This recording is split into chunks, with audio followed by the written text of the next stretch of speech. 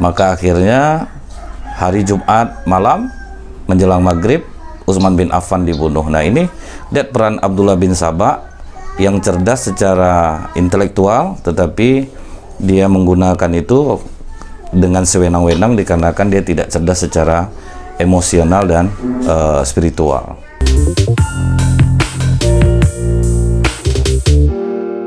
Na'udzubillahi samil alim minasyaitonir rajim. Bismillahirrahmanirrahim. Assalamualaikum warahmatullahi wabarakatuh.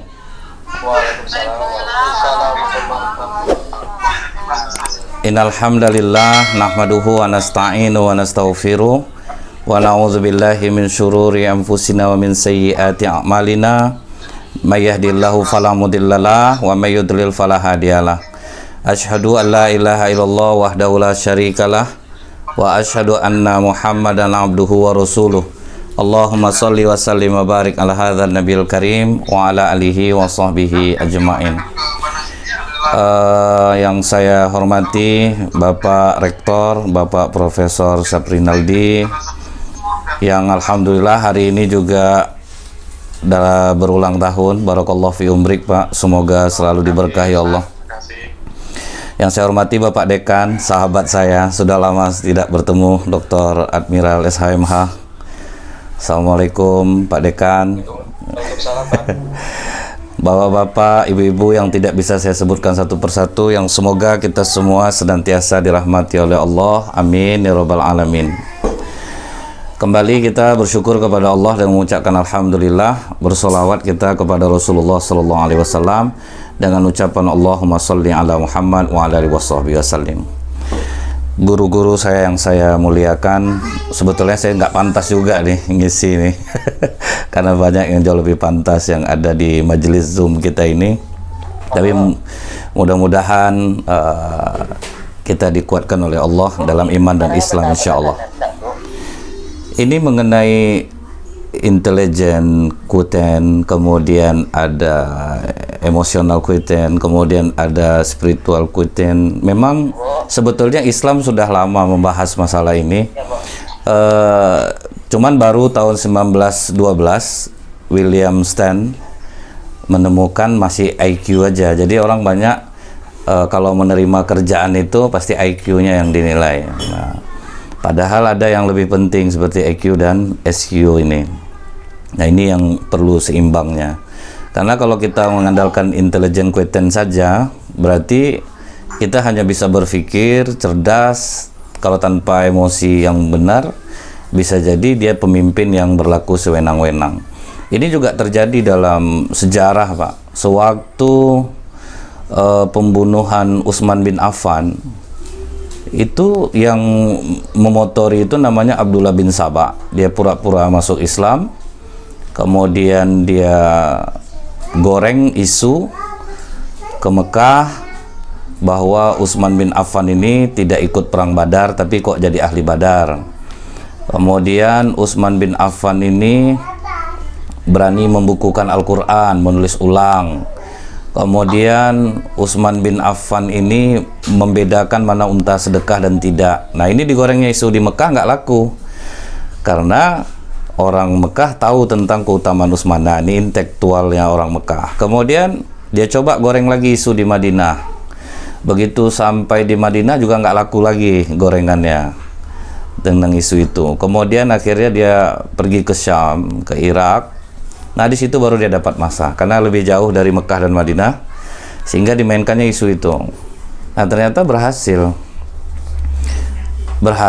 orang-orang yang mereka tidak berpikir jernih tentang Utsman, kemudian mengandalkan emosi amarahnya, mereka datangi Madinah. Sampai di Madinah itu sahabat udah ngomong, gimana nih Khalifah, mau kita hadang ini atau gimana? Kata Khalifah Utsman, enggak. Nah ini emosi sabar yang diajarkan oleh Rasulullah kepada para sahabat. Nah begitu pendemo ini masuk ke tempat Utsman menemuinya. Kata Utsman bin Affan, kalian demo saya ini ada apa? Yang pertama, kamu tidak ikut perang Badar Khalifah, kenapa kamu jadi ahli Badar? Yang kedua, kenapa berani menulis ulang Al-Quran? Kemudian kenapa kamu membagi-bagi unta sedekah? Jadi kata Utsman bin Affan, waktu perang Badar, anak Rasulullah Ruqayyah istriku sedang sakit. Aku ingin pergi berperang, tapi kata Rasulullah, jaga istrimu. Dan aku waktu itu menuruti perintah Rasulullah. Nah, makanya aku tidak ikut pergi perang Badar. Aku termasuk ahli Badar karena memang niatku ingin pergi berperang. Nah, baru nih udah dijelasin kecerdasan intelektual mereka main, Pak, berpikir mereka, oh ya berarti benar nih. Kemudian yang kedua, kenapa berani membukukan Al-Quran? Nah, Al-Quran ini terpisah-pisah, kata Utsman bin Affan. Jadi pada masa Rasulullah ini terpisah-pisah, kemudian disatukan, dan aku menyatukan ini juga mengumpulkannya dari Zaid, mengumpulkan dari Ummul Mukminin Aisyah, supaya dia ini tidak tercerai-berai. Nah, setelah dijelaskan, mereka pun ngerti. Nah, kemudian kenapa engkau membagi-bagi unta sedekah? Nah, ini juga dilakukan Rasulullah. Karena Rasulullah dahulu juga membedakan mana kurma sedekah dan yang tidak, mana unta sedekah dan tidak, agar tidak bercampur dia. Seperti kita ingat, Pak, cucu Rasulullah SAW, ketika dia memakan kurma sedekah, itu Rasulullah langsung katakan, kih, muntahkan. Nah, akhirnya dimuntahkanlah oleh cucunya. Karena itu adalah kurma sedekah. Jadi itu dibedakan oleh Rasulullah SAW. Nah, setelah diterangkan, mereka udah ngerti nih, Pak. Nah, akhirnya mereka pun pulang dengan damai. Nah, cuman Abdullah bin Sabah melakukan rencana lain dia. Nah, Abdullah bin Sabah ini pinter secara intelektual.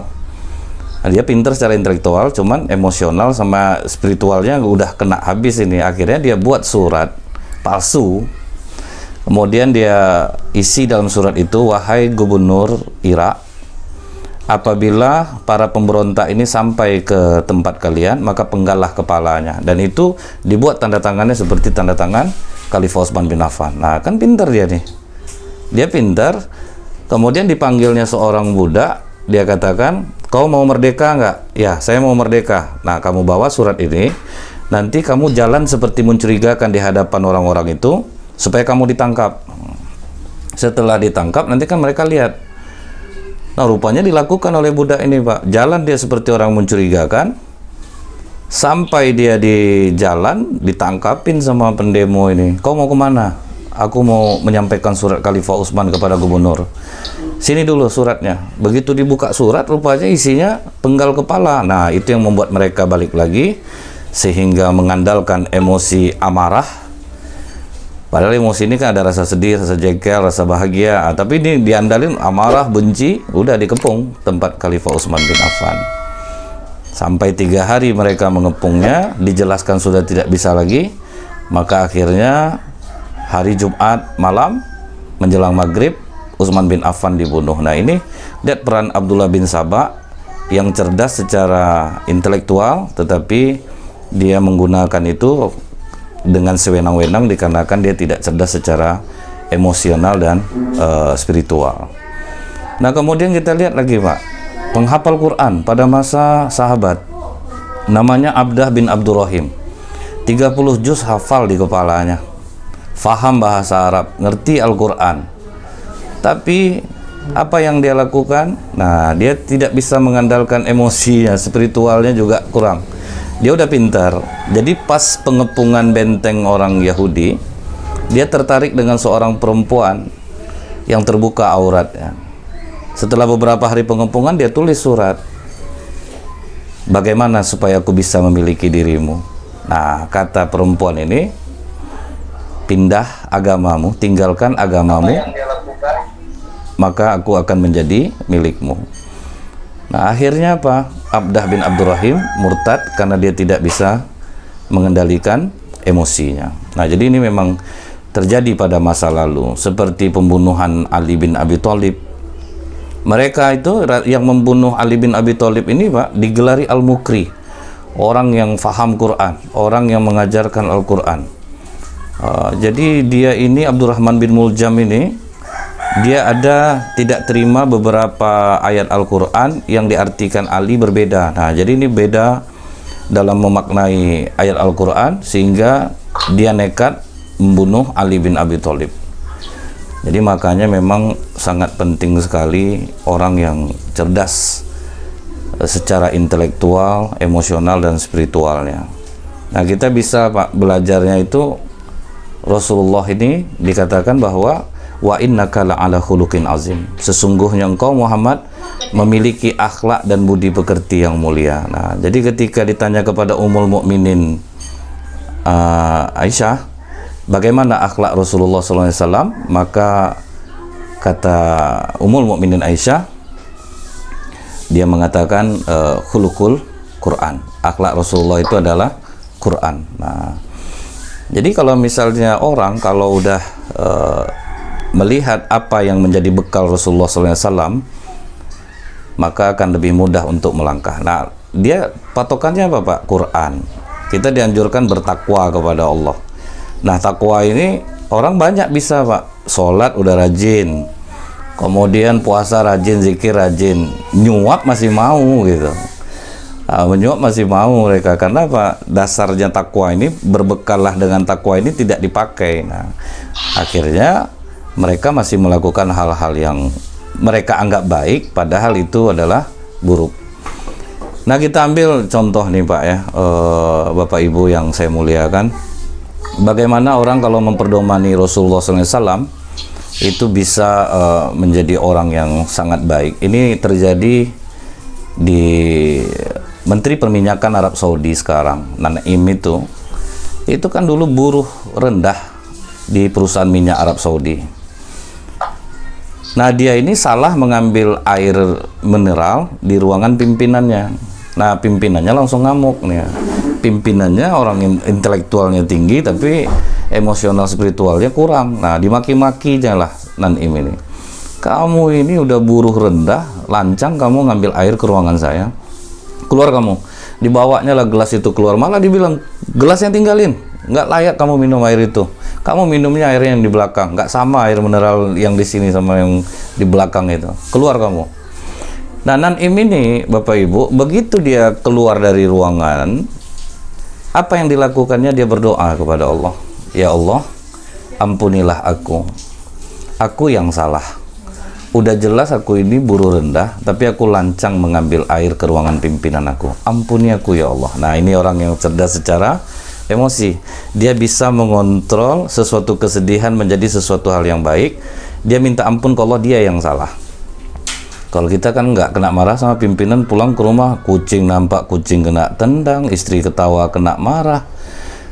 Karena apa? Intelektual kita udah bagus, cuman mengontrol emosi amarah ini yang sulit. Padahal Rasulullah udah kata ini, senangnya iblis mengganggu orang marah itu sama seperti anak kecil memainkan bola, mudah dibawa ke sana, dibawa kemari. Tetapi yang dilakukan Naim adalah orang yang cerdas emosional.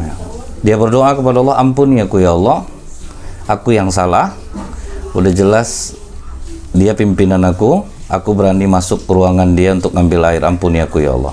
Nah, yang kedua Pak, difikirkan dia, andaikan suatu saat aku menjadi orang besar, aku tidak akan mau melakukan hal ini kepada bawahanku.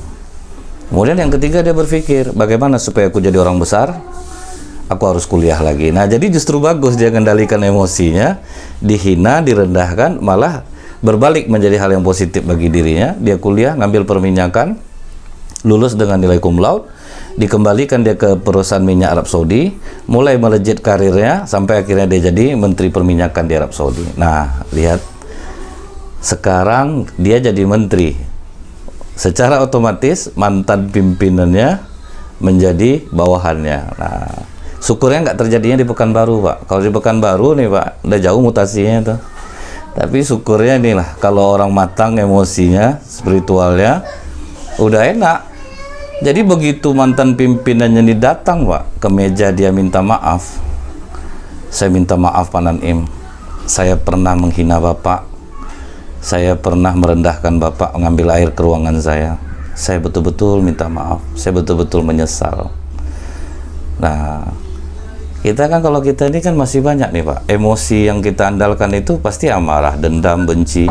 Sehingga banyak orang sekarang ini, siapapun yang menjadi pemimpin, pasti yang lama digeserin semuanya, digeserin semua. Jadi ada seperti dendam gitu. Makanya saya tidak heran kenapa rumah sakit banyak di Pekanbaru ini. Dikarenakan apa? Apa kata Profesor Dr. Masaru Emoto?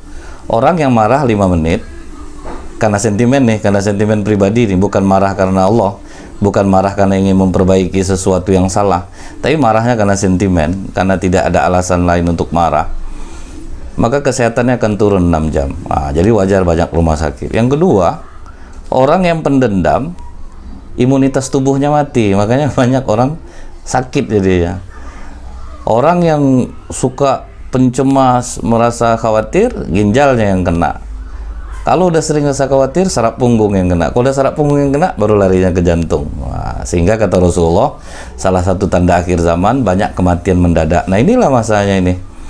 Nah, karena orang tidak bisa mengontrol emosi dan spiritualnya. Kalau intelektualnya ngeri-ngeri, Pak. Orang di sini bagus-bagus semua.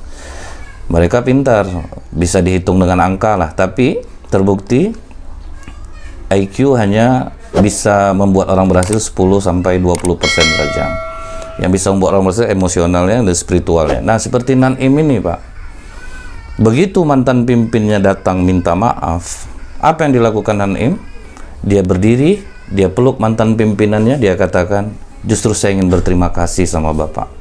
Kalau Bapak tidak merendahkan saya dulu, Pak, saya tidak mungkin jadi seperti sekarang. Nah, inilah orang yang cerdas secara intelektual, emosional, dan juga spiritualnya. Karena memang apa yang disampaikan Rasulullah itu wama yantiku anil hawa in huwa illa wahyu yuha. Tidak ada berdasarkan hawa nafsu, tapi berdasarkan wahyu yang diwahyukan kepadanya.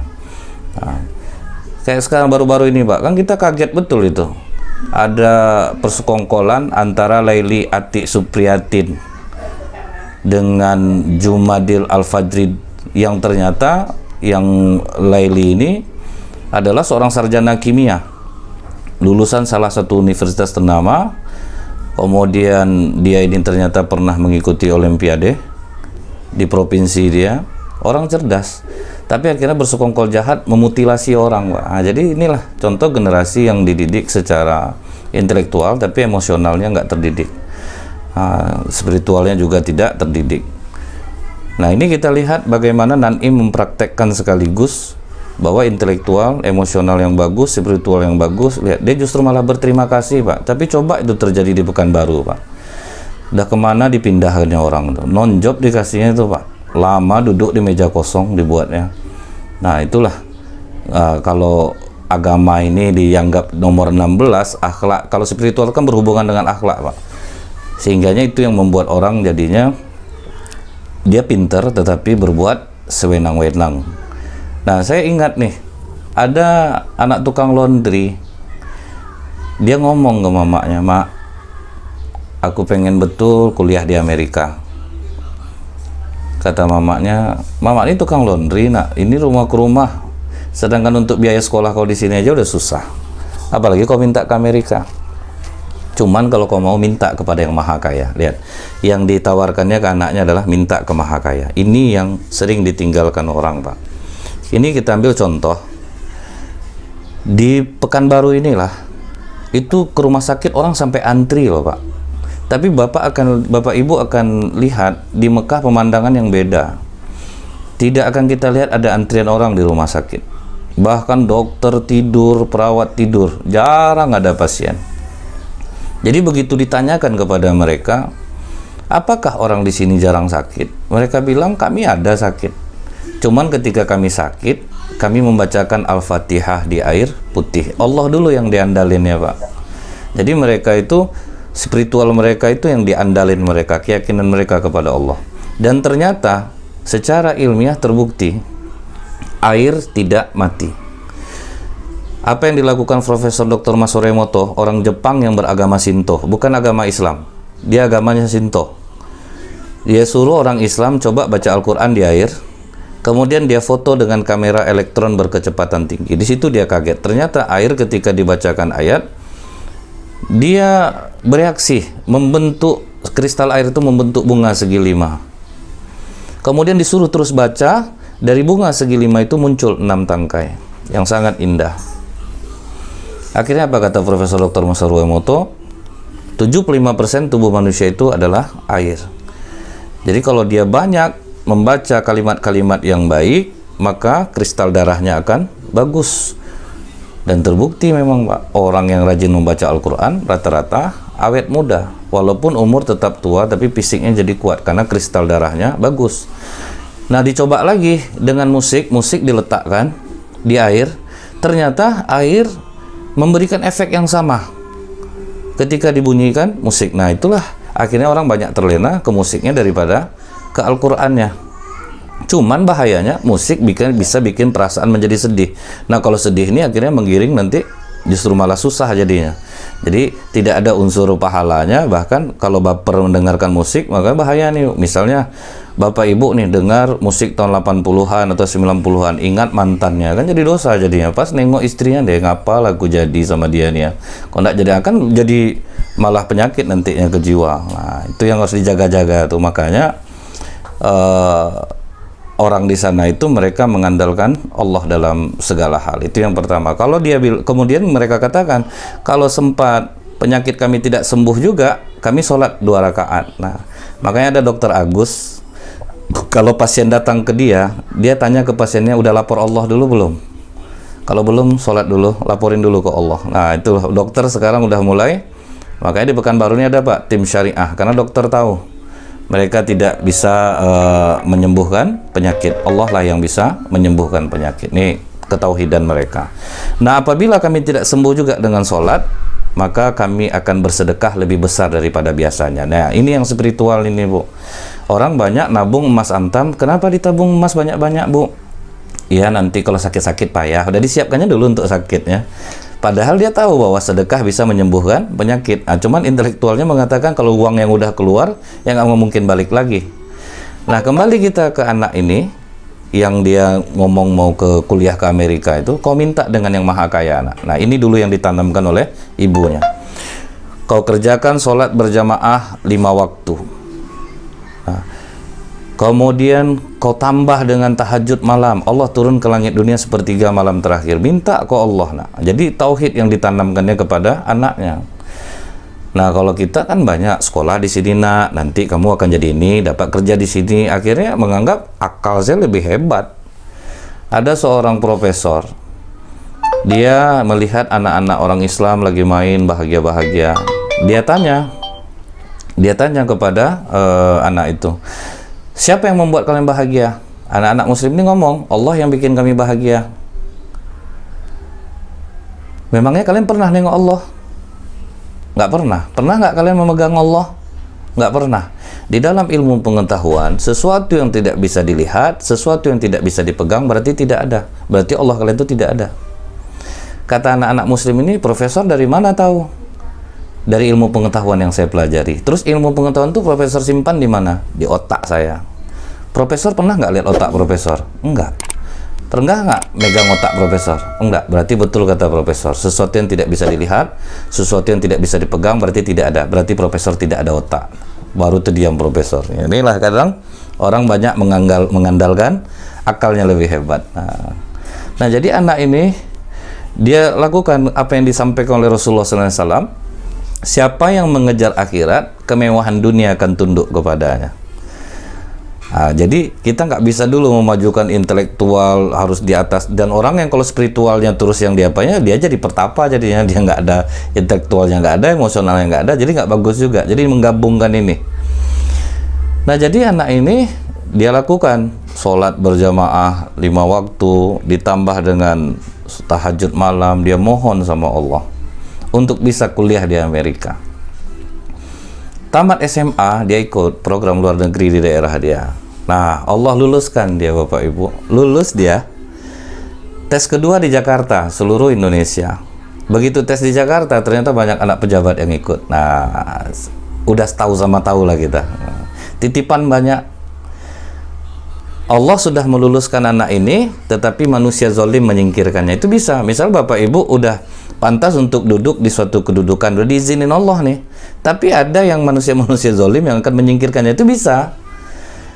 Jadi takdir Allah seharusnya anak ini lulus ke Amerika, disingkirkan oleh manusia.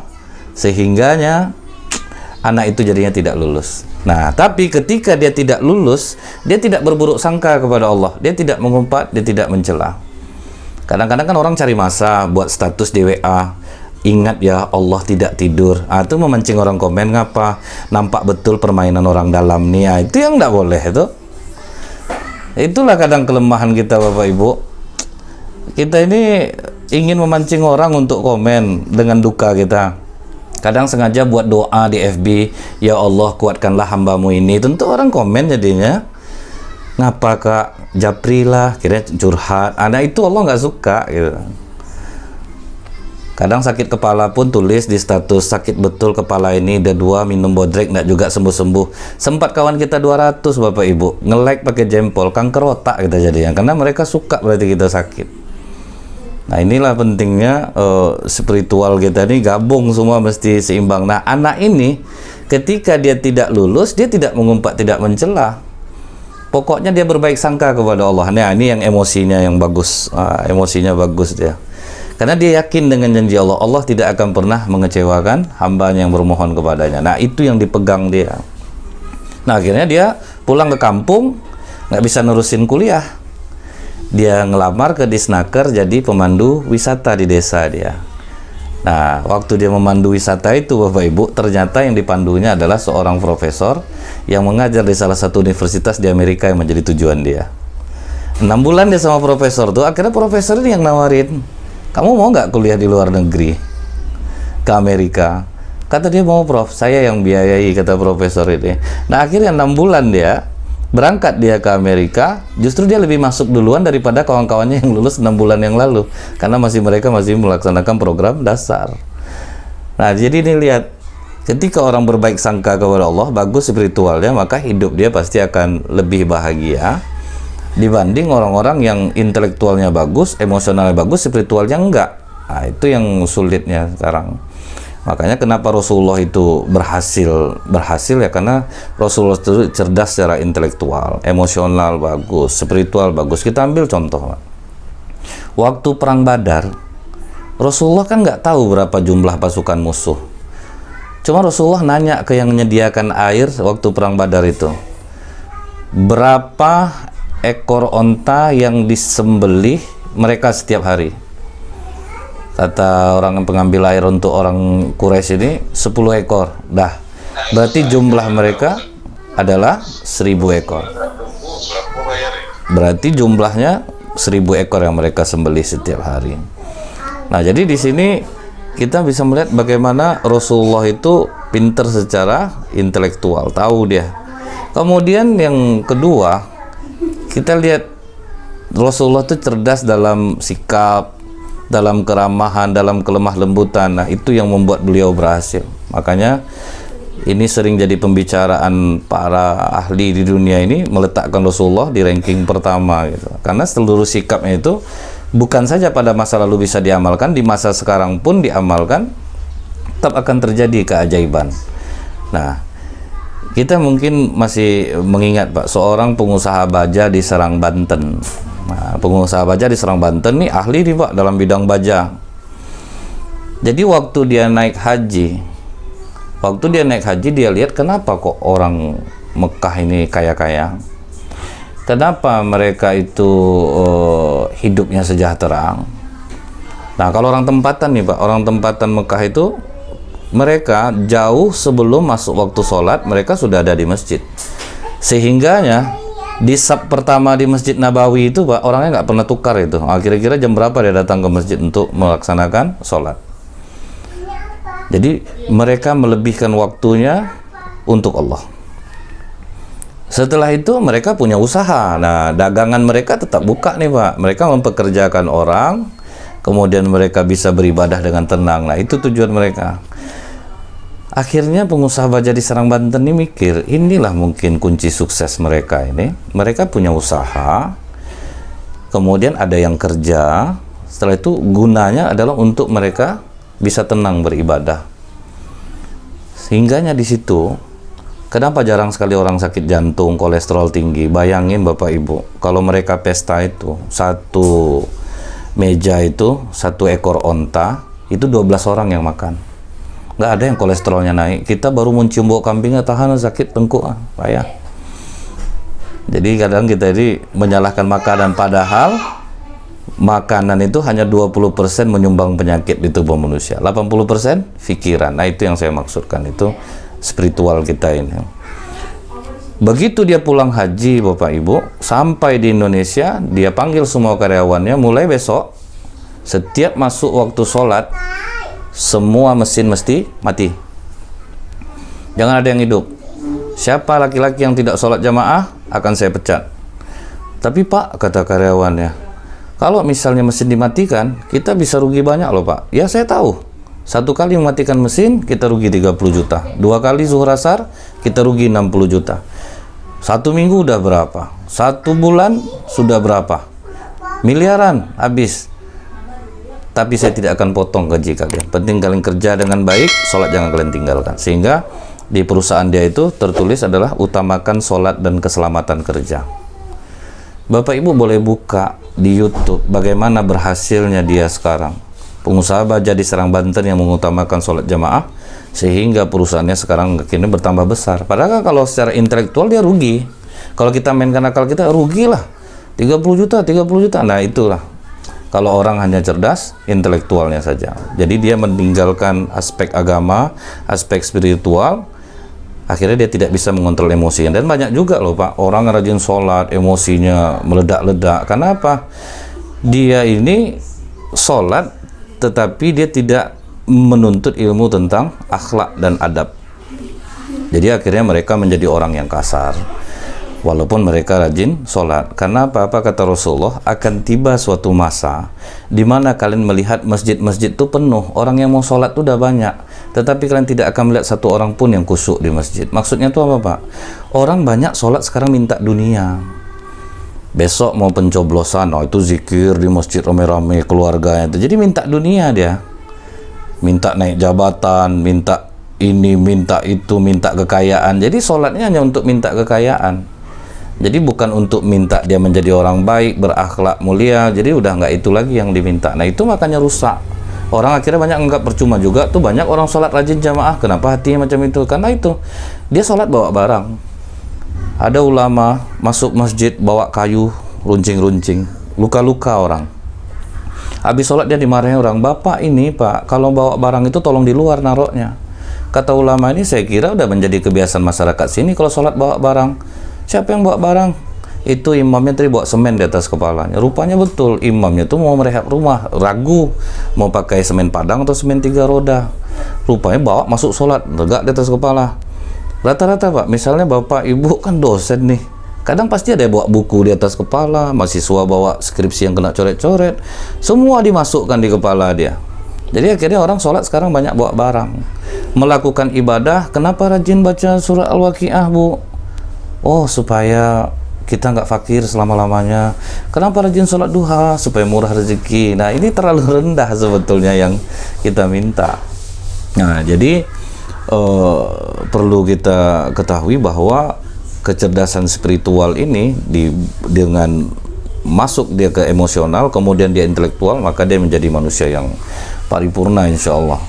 Jadi dia itu tidak akan menjadi orang cerdas yang sewenang-wenang. Nah seperti yang terjadi di Indonesia sekarang ini, dia intelektualnya udah bagus, nah, kemudian emosionalnya udah bagus, semangat juangnya tinggi kan emosional, tetapi korupsi.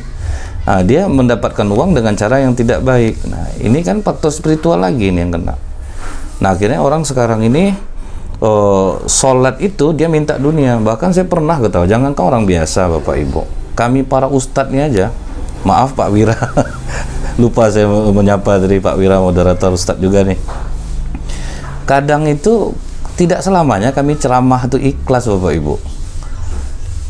Jadi saya ingat waktu anggota dewan dia besoknya mau pencoblosan, nah saya diundangnya itu, saya nanya ke dia, Pak ini ceramahnya tentang apa?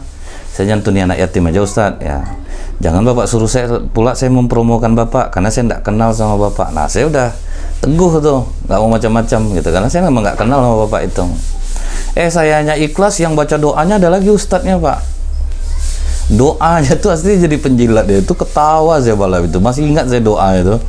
Ya Allah ya Rahman ya Rahim, bercahayakanlah nama Bapak ini nanti di kotak TPS ya Allah, supaya mata orang hanya tertuju kepada namanya dan mencoblosnya. Mudah-mudahan menang. Jadi penjilat, jadi orang yang tahu agama pun sekarang Pak, udah susah.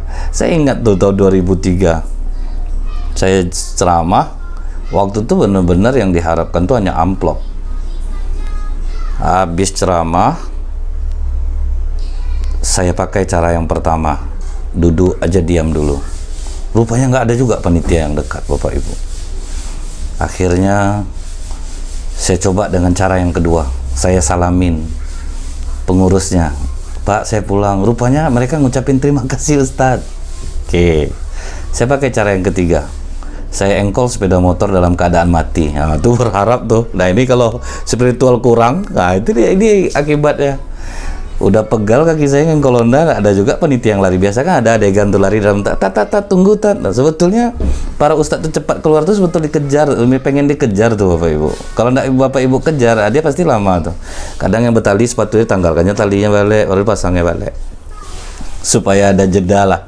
Rupanya nggak ada yang nyamperin saya. Akhirnya saya pulang. Di tengah jalan saya minta ampun kepada Allah. Ampuni aku ya Allah. Kotor betul hati aku ini. Masa ceramah ini yang kuharapkan, ampuni aku ya Allah. Nah begitu sampai di rumah, rupanya ketika kita ikhlas, doa dan harapan berjabat tangan Bapak Ibu. Nelfon pengurusnya, Assalamualaikum Ustadz.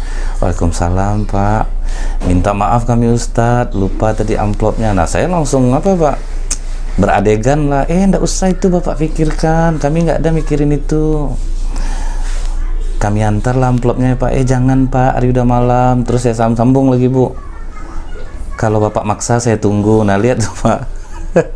Jadi bukan mudah. Kalau misalnya kita spiritual udah bagus, pasti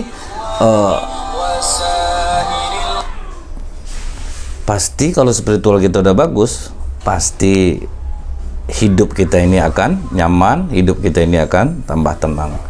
Nah inilah bagian yang harus kita mengerti, karena sekarang ini orang banyak memperkuat intelektualnya, emosionalnya, tapi spiritualnya mereka tinggalkan. Nah di saat orang meninggalkan Allah, maka udah jelas emosinya tidak akan terkontrol. Kemudian intelektualnya yang pandai tadi membuat dia menjadi orang yang sewenang-wenang. Nah mungkin sampai di sini saya bisa menjabarkan. Saya mohon maaf banyak kekurangan, lebih kurang saya mohon maaf. Subhanakallahumma bihamdika asyhadu alla ilaha illa anta astaghfiruka wa atubu ilaik. Assalamualaikum warahmatullahi wabarakatuh.